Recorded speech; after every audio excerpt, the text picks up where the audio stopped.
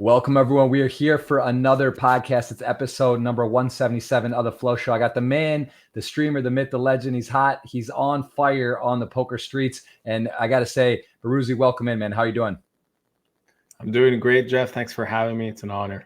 Well, I got to say quickly, obviously, we're both on Team GG. So this club is actually brought to you by ClubGG, where you can download and create clubs for free and win up to $200,000 in prizes. So with that out of the way, let's get right into it. We just spent 3 hours together on the Super Millions. Got to watch some high stakes action. I know you have made the final table there before. You play some of the highest stakes poker in the world and stream it. Maybe talk to us a little bit about who you are and what you do before we get into the nitty gritty questions. Sure. Yeah. Well, my name is Ryan. Born in Lebanon, immigrated to Canada at a young age, and always loved playing games. And I started by playing a lot of like board games / online, like werewolf games or Gangster Mind. Someone might know that. And then eventually kind of started playing poker through someone suggested to me like, oh, that's a very strategic game. And over time, I really enjoyed it, but also realized that like poker can be a negative thing in a way because it involves, I guess, gambling. And I kept it on the side for a very long time, but always kept up with it, looked up strategies, and eventually I utilized it as much as I could to make my life better, but also get to a point in my life where I can play it for fun like I am now. And my goal nowadays is to really just try and stream it and play other games and create a good, positive community around it. And as you saw from the Super Millions that we just did, one of the winners turned out to be someone that watched my stream often. And he told me that his bankroll was only 1,000 a couple of months ago. He just won the tournament for 340,000. Wow. I only found this out 20 minutes ago, and like I was just like naturally so happy because it's why I started streaming. Like poker has a lot of awesome things in it, and people can change their lives through this game. It's just a game.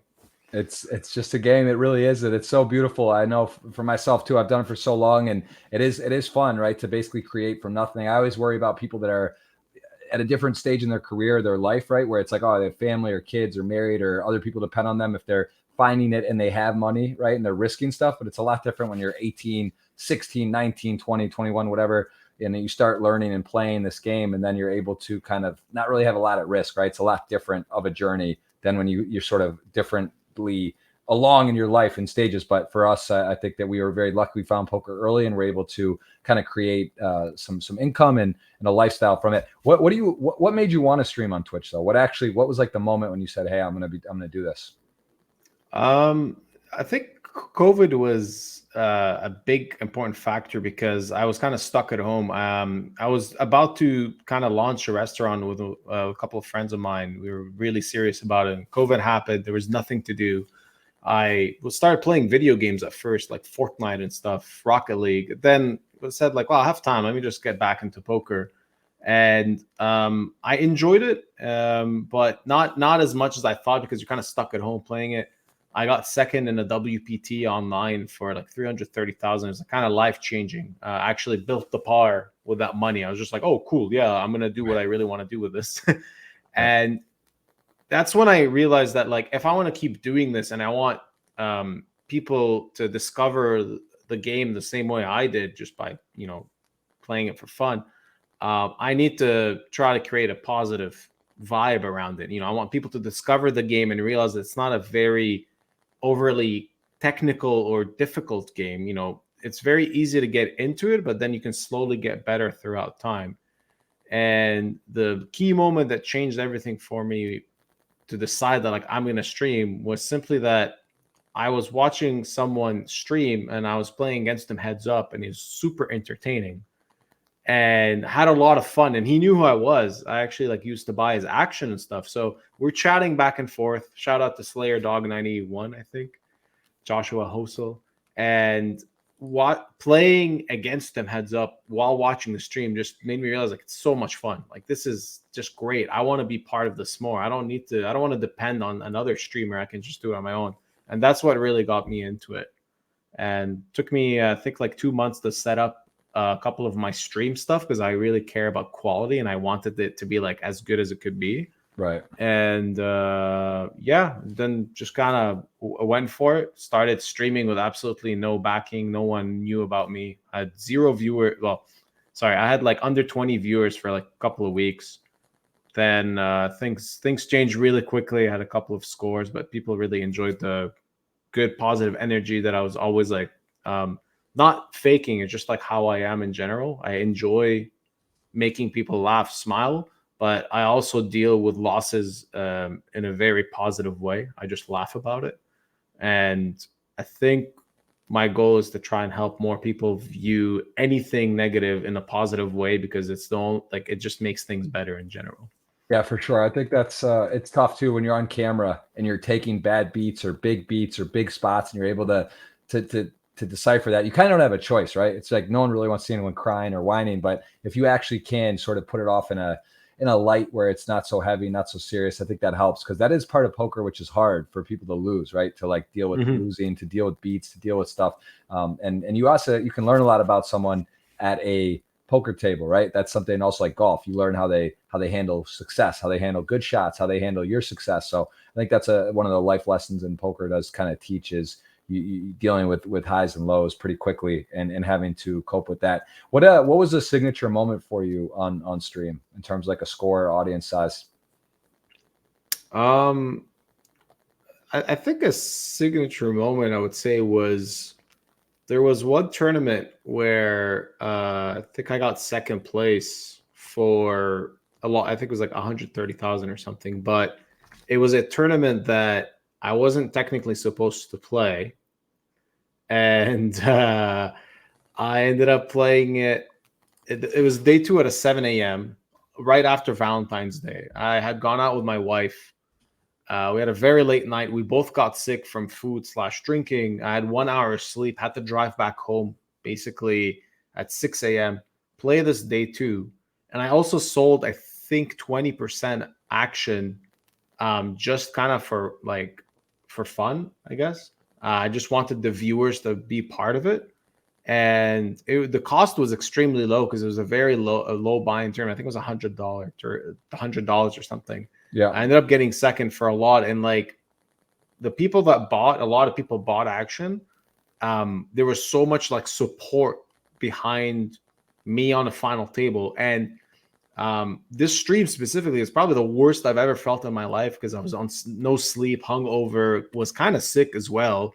Yeah. But the energy of the stream, the people, I launched the stream I think on a Sunday at like 12 p.m. and I had like 1,500 people watching and everyone cheering me on. And I'm like, okay, if I didn't have that type of energy, I either would have like, punted off the tournament or just like fell asleep because I was that tired. And it made me realize like I'm performing better when there's other people kind of involved. Like if I can affect someone else's life in a positive way, like that's all I want to do.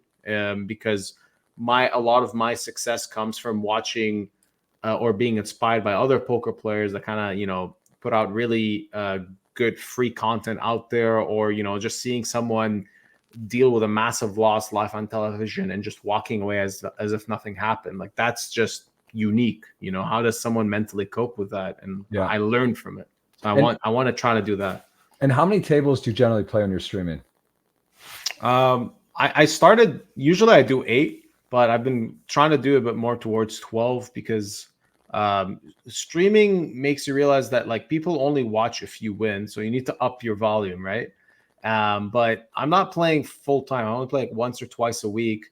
So if I stream, I need to really increase my odds of final tabling. So when you have more tables, like it's a mathematical approach. That's interesting, because that's sort of the way I, over my course of my career of streaming, which I think we talked about earlier, was sort of like 2015 to 2018, 2019 was like the peak time where I would stream. I kind of regret in a lot of ways of doing so many tables, because like I don't know if you even saw, this might be before your time or before your time watching on Twitch, but Jason Somerville, did you ever watch him or see him Yeah, stream? I've seen a couple of streams there. Like he was the original, the OG, and had such a huge loyal following, and like he would literally play one table, which is like kind of crazy. Maybe he had a couple like going on the side, but he would like leave it on one table and just like make that his narrative, right? So it's like he's like literally engaged, not missing anything in the chat, focused, talking through what he's doing, answering most of the questions. And like that to me, I think is the way to do it. But I also like, I came from the online background where I was playing a lot and a lot of tables. And like, it's like, yeah, it's hard on a Sunday. How are you going to not play the 10K GG Super Millions and the 500 this and the WSOP time? There's these bracelet events and all this stuff, right? So it's like, I knew the answer in my heart was to play 1 or 2 tables, let's say. 2 is even like reasonable, but still like not a lot. But I just feel like it's so hard. I just think if I could have done my whole Twitch over again, I would have like never played more than 4 and probably played 2 or 1. I think I would really have abided by that. And I might even just like leave it on like 1 table. And then if I need to back up, right? Like if it like, if I get knocked out, there's something else going. Cause that's the other thing. Like he would play some low stakes cash games or flicking whatever. But yeah, it's kind of hard to like Sunday at 6 p.m. If you got nothing going or you start up like a random tournament, it's like, that's not, there's so many great streamers and so many people playing high stakes now and stuff too. Right. So it's very competitive, the landscape, but yeah, it's a shame. And how did you get the deal with GGPoker? Like how fast, like when was your actual first stream and did you reach out to them? Did they reach out to you and how did that come about? I started in June 2021, so like a year, 4 months ago. Oh, wow. And initially I was just streaming just to give it a try, like for fun. I really thought I was gonna only stream for like 2 months. That was my plan, actually. I was gonna just try it, then enjoy summer and stop. But I started getting a lot of viewers quickly, and then I had a couple of really unique streams where like I made a heads up in a big tournament where it was like 80,000 and the guy was sitting out. He lost connection. So we're four-handed. He loses connection. Then I knock out the 2 other players, and now I'm heads up against this known pro. And I was just, there's like 700 people watching. I'm like, who well, was this that? is ridiculous. Nick Maimon. Oh yeah, FU15. Okay. Yeah.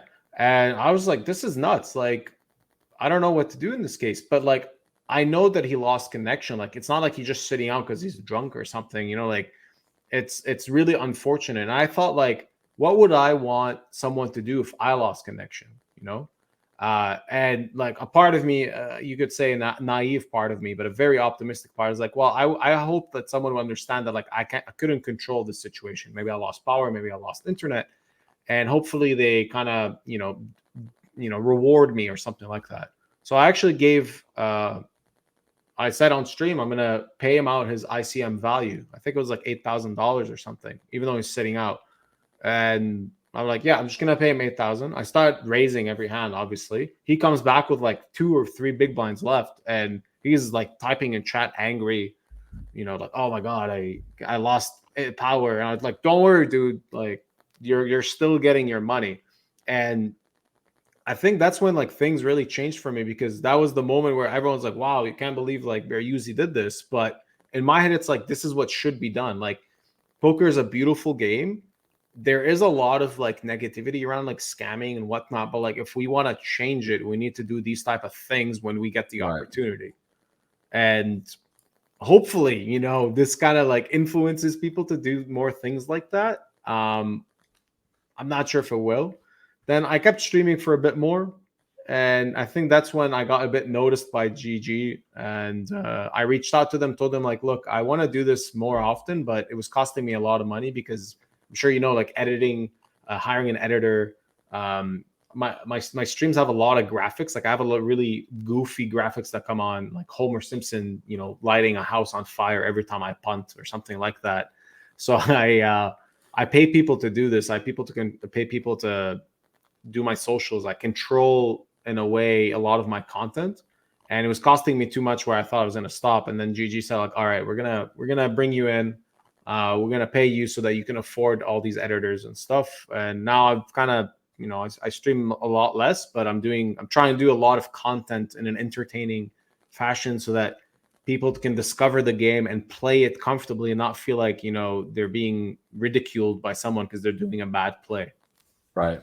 It makes a lot of sense. And what has been your most what was the hardest thing about streaming? Like what's been the most difficult thing that since you started that maybe you didn't expect or that stood out for you as being difficult? I feel like I think you're gonna kind of connect with this answer. I think the worst part about streaming was, in a way, it causes pressure and anxiety, because you have a lot of people like watching, and you feel like you need to do things for them. Right. But at some point, I kind of realized like I got to focus on me too. So I had this like couple of moments where I felt a bit burnt out because I was just streaming for, in a way, the numbers and for the people. But you got to find the balance. It's really hard to control it because when you're on a momentum run, and like, people are like, oh my god, I'm so excited to watch your stream tomorrow, and you wake up not feeling good, you just shouldn't stream. That was hard for me, like actually being able to control myself from saying no sometimes. Took me a while, but I feel much more structured nowadays. When GG signed me, I feel like I can control my schedule and say, like, I'm just going to do it twice a week. The other days are going to focus on spending time with my family, with my friends, and working out, staying healthy. And then twice a week, I'll just stream, and that's it. And I think that's important if someone wants to become a streamer, is to really not try to overdo it and burn their mind, because you're, in the long run, it's just not going to work out. You're going to end up regretting it. Yeah, for sure. And you do see that, right? We've seen some of the top streamers or people kind of just go away for various reasons, but also like referencing burnout happens, different family things, kids, marriage, or whatever can happen. But in terms of actually just like getting burnt out, it's tough to be, it's a lot, right? To talk for 6, 8, 10, 12 hours a day and also play and risk money and the highs and lows. It's not all days, right? That's a lot of days where it's losing days. It's tournament poker where you net lose, or you go home and it's tough. And what about support from your family? I feel you're married. Congrats. I think relatively recently. What's the support like for that, for with that and streaming? How are their thoughts on everything and playing poker? Initially it was kind of like they just thought I'm crazy, which I mean, the stuff I was doing on stream is pretty crazy. Like I put a rooster mask and run around my stream and celebrate big wins, and like sometimes I did like these drinking streams with friends. Like it's a lot of fun, but it's like from an outside perspective, I'm talking to a monkey half the time. It's pretty crazy. So my wife I know she's put up with so much of my stuff for a long time, and she just was like, all right, like this is probably a phase. But when I got signed by GG, she's like, okay, like maybe it looks like someone's willing to like pay for this. And I think that was the turning point. Like my parents as well, when they realized like, this is being supported by not only a business, but there's viewers that subscribe and stuff like that. They're enjoying the content and they're entertaining. It shifted a lot. And even for me, because at one point I was like, man, maybe I'm just being a silly idiot for no reason. But it's just fun. I think there's so many random things that can happen in a regular poker session. And us as poker players and as like poker content viewers have not realized for a while that like you can create really fun, entertaining stuff from it, just the same way that other content creators create cool things out of Fortnite or all these other video games. And that's kind of what I'm trying to do now. Is if I'm gonna win, I want to win in ridiculous fashion, very fun fashion, or sometimes I'm just gonna try to be really serious, Right. and just a lot of variety. And what's the longest stream you've had? How many hours roughly? I think I had a 17 or 18-hour stream on a Sunday once, and it like broke me because it was very long. I had like a final table right off the bat in the beginning of the day, and then the longest turn of the day I ended up final tabling it too. So like in terms of mental intensity, it was like right off the bat, and then at the end I had to just spend like 5 hours one tabling to make this other final table. So that was rough.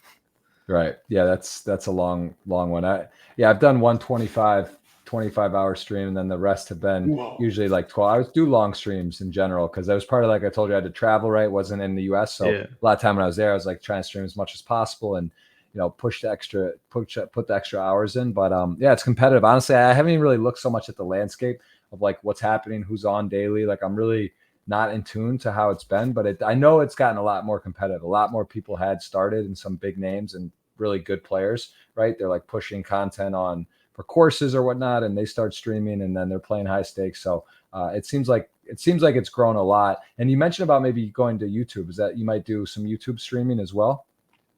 Yeah, I did try it a bunch of times already. What ended up happening was on Twitch, you can have a lot more freedom with your music selection, but on YouTube, there's a lot of copyright issues. So I'm trying to like find my way, in a way to stream on both without having the copyright situation. And I think YouTube is much better long term for being discovered and getting new players into the game. Twitch is much more of a gaming niche, and the poker Twitch community is very small. While YouTube, to get discovered is massive. There's so many people that just like see one poker hand, they're like, "Oh, this is cool," and then they watch a stream, and then like they realize like, "Wow, there's a guy that just turned $200 into 100K." Like that. There's a lot more people on YouTube, much more. Is the rules now? Because do you have to forfeit your being verified, or what's it like called on Twitch? Twitch partner. Yeah. You do if you do stream both, you have to forfeit your Twitch partner status, which kind of sucks because it gives you like extra emojis and kind of just like better, a bit more revenue share as well, even though it's not that much on Twitch. Like it's actually really poor. People think that like streamers make a lot of money from Twitch subscriptions. It's really minimal. It's right. tiny. Exactly. That's exactly right. Yeah, it's not. I mean, that's obviously you can get endorsements, you can get sponsorships, affiliate deals, and other things come from it. But at the actual net on, I think I peaked. I forget what my peak subscribers were during COVID. I think I hit like a peak. But generally, right, you're not. Yeah, it's not like you're not making your living off Twitch subscribers for poker. At least there are people that can do it, and there are a few that can do it. But yeah, it's definitely a different type of game. And what about live poker? How is your live poker sense? You go to Playground. I know you're in Montreal area sometimes and have played there, but how often are you getting to play live? I made a rule. So I just came back from EPT London. Went there for 10 days. And since then, instantly made a rule that like I'm only gonna go to places where I actually enjoy not playing poker. And in London, it was really hard because weather is not great. Like it depends on the part of the city. If you don't know the right people, there's not much you can do. So I'm only planning to go to like fun live events like Bahamas, maybe like Monte Carlo, where it's going to be nice weather, like new locations and like kind of exotic places where if I wake up and I don't want to play poker, I can just walk out to the beach or walk and see some like cool castle or something. And Vegas, of course, is like a must. I told myself I wasn't going to do Vegas in 2023, but I had like one of the most ridiculous experiences ever this summer in Vegas that I have to follow it up. Like I saw my close friend win the 100K against Phil Ivey. My other friend like make the biggest score of his life. Another friend win a bracelet, and then I was railing from day 5 when Espen won the main event. So like that's mentally. It's there for the taking. It's available. Yeah, that's for sure. What's the first time? What's the first year you went to Vegas? I was 21. I went. I think 2013. Went right away. I think I was like the youngest to play the main because the main was 2 days after my birthday, and like they announced it, and I was like, oh, cool. And then I just like get really unlucky on day 1, and I'm like, oh, this sucks. Yeah. But I think I've been every time since. I think I might have like missed twice. So I think I played the main event 7 or 8 times. Wow. And I don't think I ever want to miss the main event, to be honest, because it's like a very unique experience. And this year I made a kind of a deep run in it, and I made a video, I think 5 YouTube videos about like a lot of hands that I've played in the main event and cool spots. And I enjoyed that a lot because it's really good content, and I'm trying to just create good quality content. For sure. Yeah, the main event really is special. Vegas is a special place. And how is it from the beginning though, when you started playing poker, was your family very supportive, or did you actually said you kind of had other jobs, right? You were doing other things where supportive, no. I mean, I mentioned I'm born in Lebanon, so like Arabic background. My family is half Muslim, half Christian. Both of them don't really agree with poker. When I first started, like they just viewed it as like a, let's say, a negative hobby that I had. Right. Slowly, like while I was in school and I was working in hotels, I was still like making. I would play like once a week, and I would win like a tournament. So I'd be like, "Oh shit, this is great!" And I would go travel, use that money and travel. Then I started using to invest into real estate, and I think that's when they kind of like realized like, all right, this might not be a bad thing.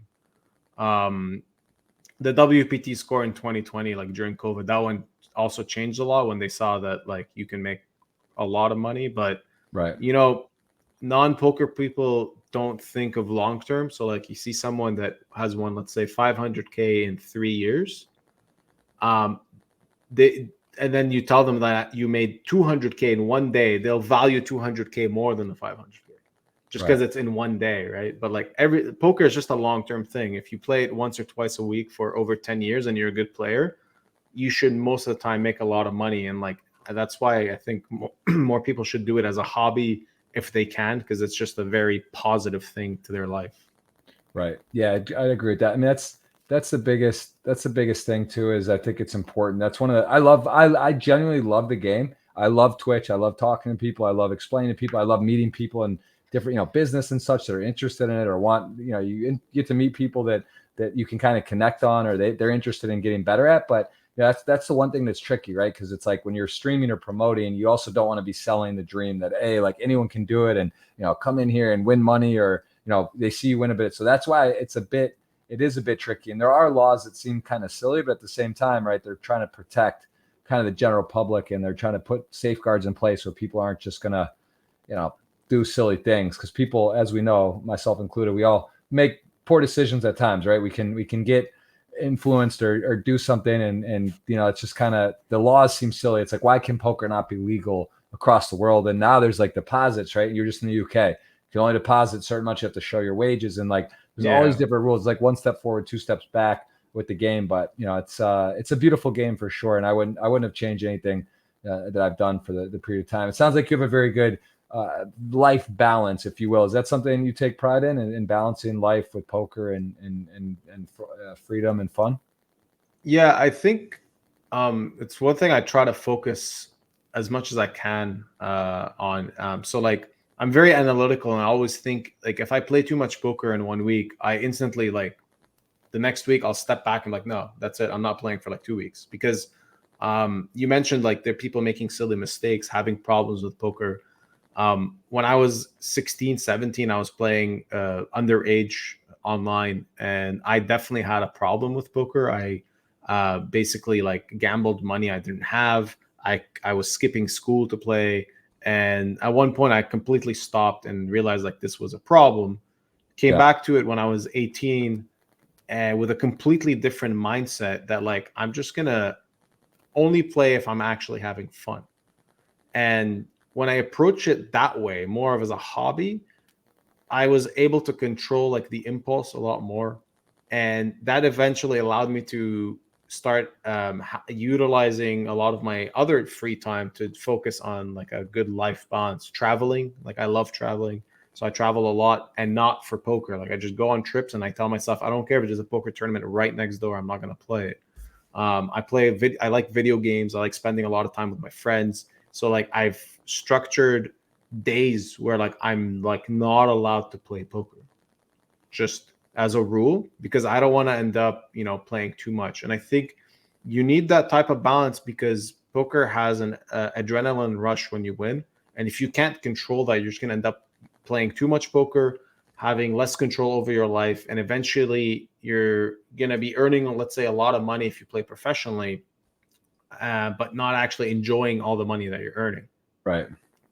Yes. And was there ever any impulsive purchases? It sounds like you just hit a huge score. You made yourself a dream man cave, but obviously a lot of value out of that, and that background you have there, which is nice. But is there any other, like growing up, did you ever like buy a car or do something like you hit a score and spend a lot of money going out, something ridiculous? Any major purchases? Or were you always pretty Yeah.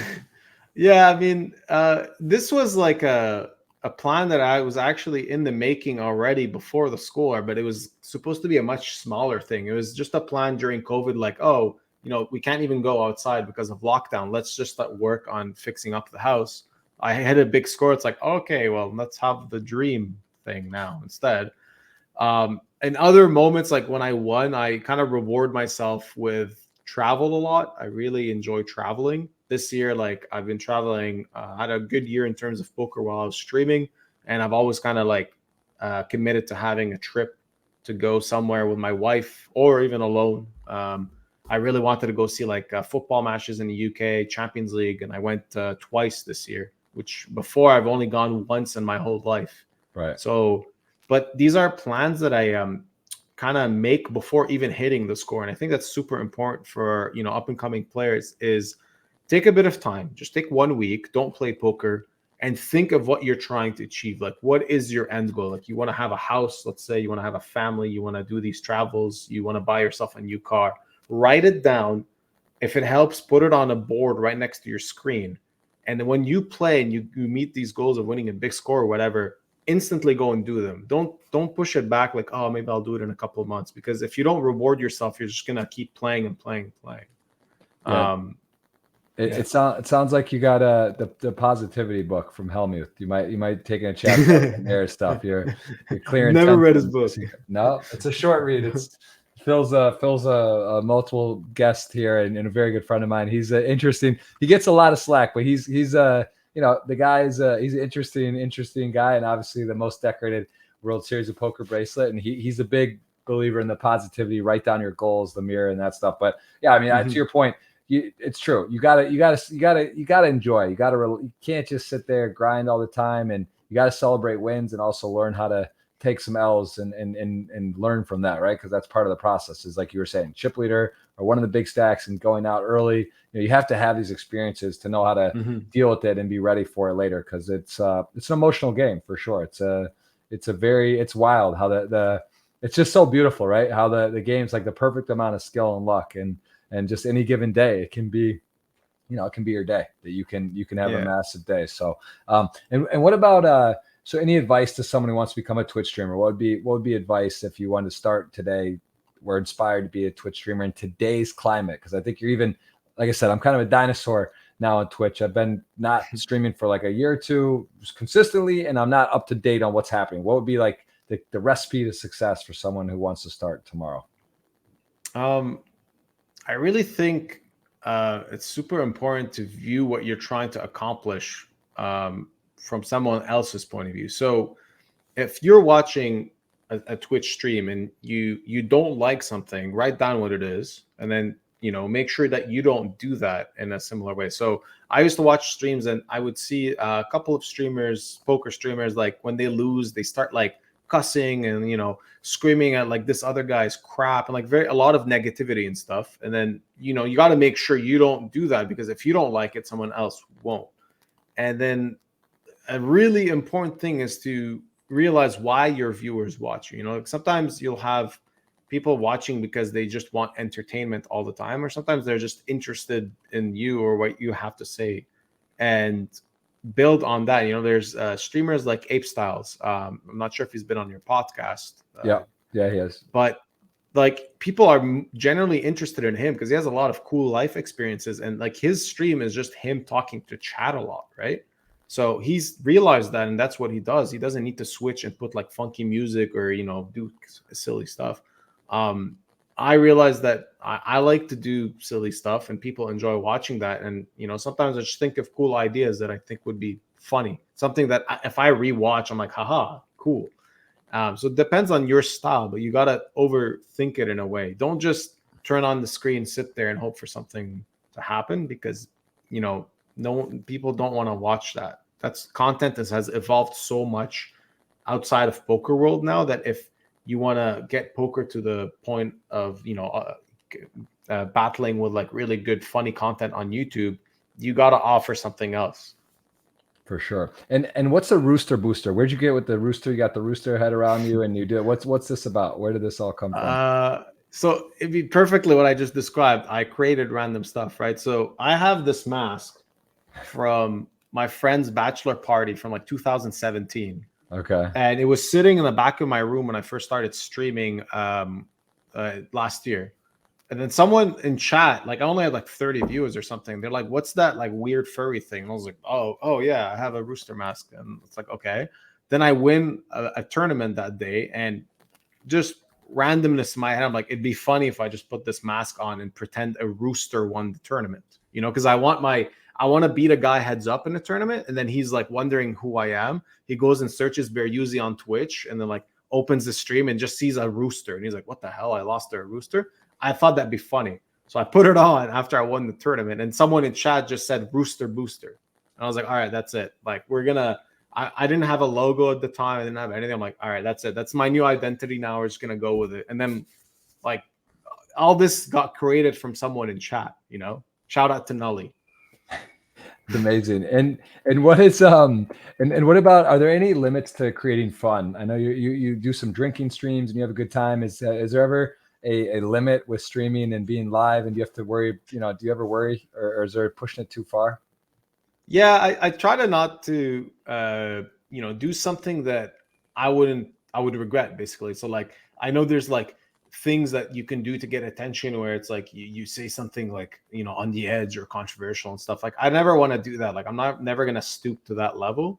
And when it comes to like the drinking stuff, like I enjoyed it because it was always like I did it when friends came over or something like that. But I never want to become, you know, an unhealthy version of myself where it's just like, hey, let's get drunk and play poker and gamble for no reason. Because I realized that a lot of people can, you know, view that and start doing it as well, and they're not able to win in poker because they're going to make mistakes as they're drinking. So I don't want to encourage something that's going to affect other people negatively. So I toned down the drinking like crazy on my streams, and people sometimes come in chat and they're like, "Hey, what? Why aren't you having a whiskey today?" I'm like, "No, like there's no reason, you know. Like maybe if I win the tournament, I'll have a celebratory drink, but I'm not gonna just start the session, do 18-hour stream of drinking or something." For sure. No, it makes perfect sense. And what you do some charity stream and work. What is your charities? Which ones do you favor or use? Is there anyone that hits close to home or that you support for a long time? Because I do believe you do some charity streams or donate to charity. Yeah, I've kind of shocked you know that because I never brought it up. So I guess you did a bit of research. Yeah, when COVID started, I've always kind of given money to charity whenever I could for like 10 years.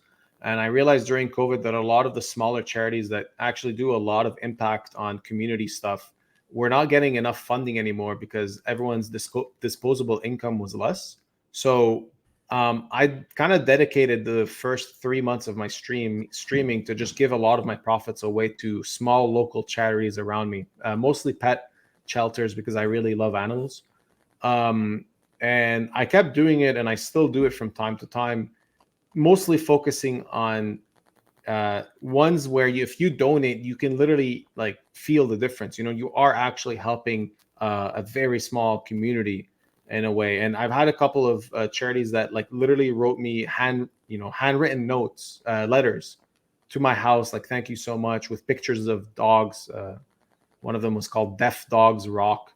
You know, they sent me like a huge thank you letter with pictures of all the dogs that the money helped. And, you know, that goes a long way than just donating to like, let's say Red Cross, where, you know, 80% of the money goes to like administration fee or something like that. For sure. For sure. I mean, it's an amazing thing. It's a great thing. I say, you know, it's inspiring to watch. I love how quickly you've sort of taken your goal, your vision, and put into action. It's a corny cliche sort of thing, but you really do just have to take the first step. You know, dive in. Like, all right, you don't have the best camera, you don't have the best logo, you don't have the best whatever, but hey, I'm going to try it, right? Like, don't worry that, oh, I might have one viewer, no viewers, 3 cousins watching for the first day or two. But if you love poker and you think you have a knack for this, like go for it. You know, make a name, make a thing, learn as you go. It's going to take a while to be a process, but you know, I think if you love poker or you know anything for that matter that you're passionate about, that you're able to stream a video game, you know, just it's like a lot of a learning experience. Not many people are going to make it to be a sponsored Twitch streamer. Not many people are going to, you know, NCAA college athletics, right?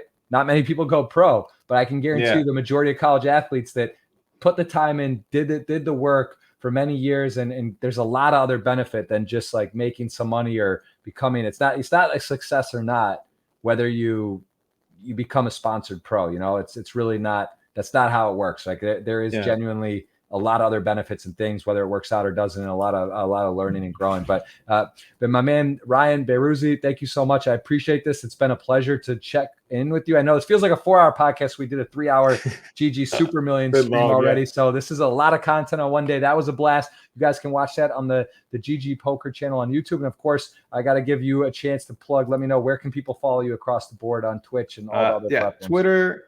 Twitter, Instagram, Twitch, and YouTube. Focusing a lot on YouTube, especially. I really would appreciate people following there and watching the YouTube videos. We put a lot of effort and work into it. You know, we do a mix of final like reviews of my sessions, but also a lot of memes and funny stuff about things going on in the poker world. So that's where you, and Instagram is a lot more day-to-day stuff, my day-to-day life and kind of jokes and things that we do. So give a follow there and drop in the stream whenever you want to ask me questions. I'm very attentive to everyone that's in chat. Awesome. Well, I appreciate it. And thank you so much for the time, man. Great to get you know better. And I will see you very soon. Appreciate you. Good luck on the streams. Good luck on the content. And pleasure to have you and be a part of Team GG together. So we'll see you soon. Thanks a lot, man. Thanks for everything. Cheers. All right, guys, that's number 177, the man Beriuzy in the house. Please give him a follow across the platforms. Thank you so much. Another big guest coming up for you very shortly. And of course, the GG Super Million stream every Tuesday, 1:45 p.m. Eastern. Please join me. I'm the host, along with a very special guest each week on that Tuesday. So we'll see you there. Thanks so much to Beriuzy, and please give him a follow across the board.